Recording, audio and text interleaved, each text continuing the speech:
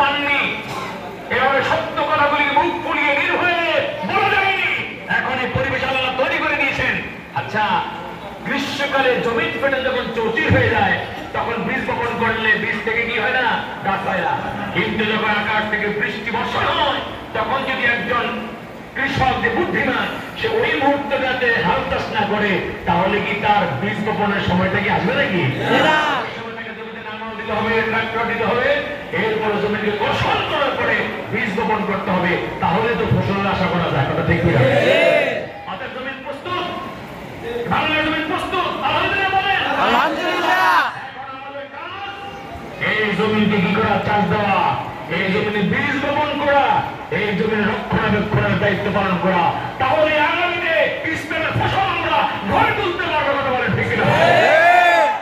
এখন এই সুবর্ণ সময় পেয়ে পানি সিঞ্চিত হলো, জমি নরম হলো, এখন যদি চাষবাস না করি, এখন যদি বীজ বপন না করি, তাহলে বুঝতে হবে যে আমাদের জ্ঞান বুদ্ধিতে ভাটা পড়বে। ঠিক না ঠিক? বলেন, আপনারা কি ইসলামের জন্য কাজ করবেন না মনে রাখবেন? সবাই করবেন তো? ইসলামের পক্ষে না বিপক্ষে? পক্ষে না বিপক্ষে? ব্যক্তিগত জীবনে, পারিবারিক জীবনে, সামাজিক জীবনে, রাজনৈতিক জীবনে, অর্থনৈতিক জীবনে, জাতীয় জীবনে, আন্তর্জাতিক জীবনে, জীবনের সর্বাঙ্গনে ইসলাম ইসলাম ইসলাম ইসলাম ইসলাম। আর কোনো কথা নাই, কোনো ঠিক কিনা?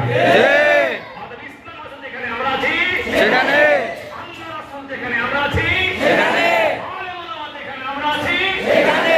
তাহলে জীবনে যাকে লাগে, মরণে যাকে লাগে, কবরে যাকে লাগে, হাসরে যাকে লাগে, যে আল্লাহ মালিক ছাড়া উপায় নাই, যে তবে সুপারিশ ছাড়া উপায় নেই, আমরা সে আল্লাহর দলে আর রাসূল করিম সাল্লাল্লাহু আলাইহি ওয়াসাল্লামের নেতৃত্বে চলতে রাজি আছি তো ইনশাআল্লাহ?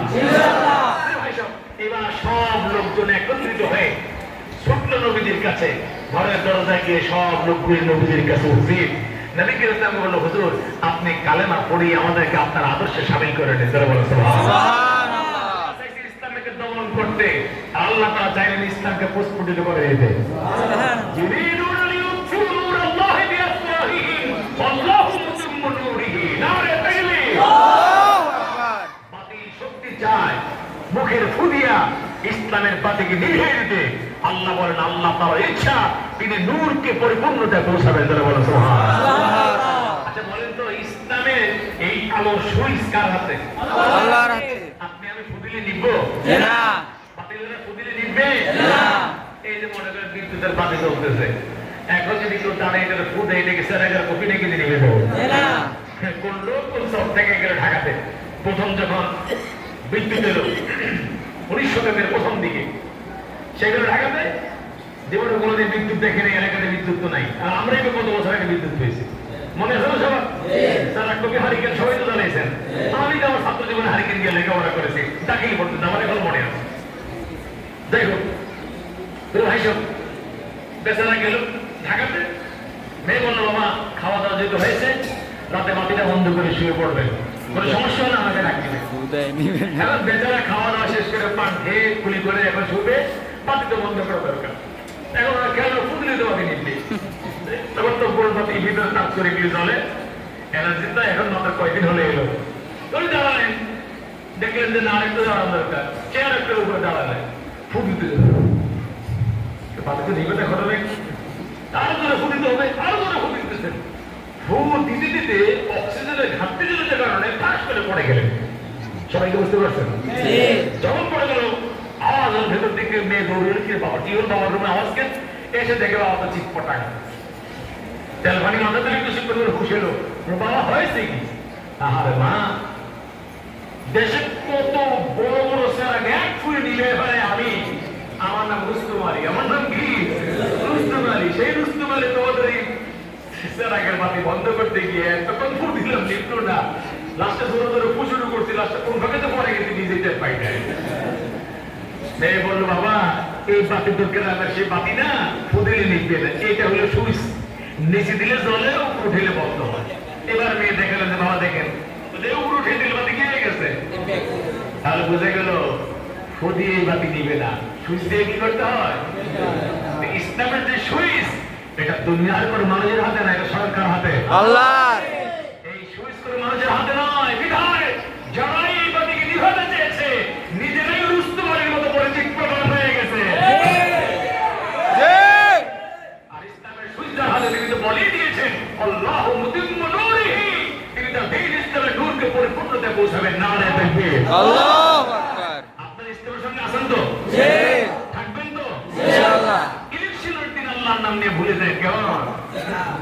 করে 1000 টাকার নোট, 2 কাপ লাল চা, এরপরে আসবে বৃদ্ধ ভাতা, বয়স্ক ভাতা, পঙ্গু ভাতা।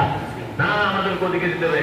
মনে রাখবেন, ইসলাম যদি আপনি চান তাহলে আপনি যা আগে পেতেন তার চেয়ে অনেক গুণ বেশি পাবেন। ঠিক।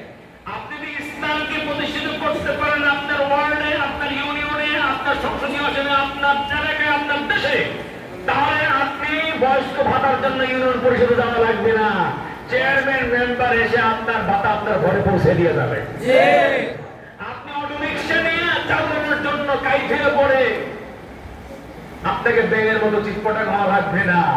আপনি সকালে ঘুম থেকে দেখে দেখবেন আপনার বাসা বাড়িতে এসে বস্তা হাজির হয়ে গেছে। আগে পাইতেন 40 কেজি, বাড়িতে নিয়ে মাপ দিলে হইতো 15 কেজি। কথা ঠিক নেবে ঠিক? এখন দেখবেন কিরে বাপু, লেখো 40 কেজি, একেবারে বরাবর 40 কেজি, একটু তো কম না। ব্যাপারটা কি? একেবারে সুন্দর মতো। এটাই হচ্ছে ইসলামের বাস্তব নমুনা। বলে বলো সুবহানাল্লাহ। ইসলাম যদি প্রতিষ্ঠিত হয়, আপনি আপনার পরিপূর্ণ অধিকার পাবেন। আপনার অধিকারের জন্য আপনাকে চিৎকার করা লাগবে না, এগিয়ে যাওয়া লাগবে না। আপনার অধিকার আপনার কাছে পৌঁছে দেওয়া হবে। এমন একটা সুন্দর সোনালী সমাজ আপনারা চান কিনা? চান কিনা? নাকি পরিষদের সামনে গিয়ে কি ঘুরতে খাইতে চান? ভাইরা, আমরা আসলে তো বুঝি নাই শান্তি কোন পথে। শান্তি ইসলামের পথে। শান্তি কোন পথে? আমরা মনে করে ফেলেছিলাম যে নামাজ, রোজা, তাসবিহ, তাহলিল এই ইসলাম, এর বাইরে আর কিছু মনে হয় নাই। আরে ভাই, ইসলামে সব আছে। সুবহানাল্লাহ। আচ্ছা, আপনি বলেন আপনার শরীরের কোন অঙ্গটা বাদ দিয়ে আপনি বলবেন যে এটা আমার মানুষের শরীরের অঙ্গ না?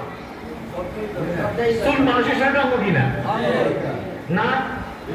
তার মানে আমি চুলের কথার জন্য বললাম, চুল মাঝে মাঝে কাটা হয়, যদিও কাটা হয়, তারপর চুলটা মানব শরীরের একটা অঙ্গ। কথা বলে ঠিক কিনা? কিন্তু নাক তো আর কাটা হয় না। কথা বলে ঠিক কিনা? এটা মানব শরীরের অঙ্গ। কথা ঠিক নেবে ঠিক? চুল যেই পরিমাণে বড় হয়, নাক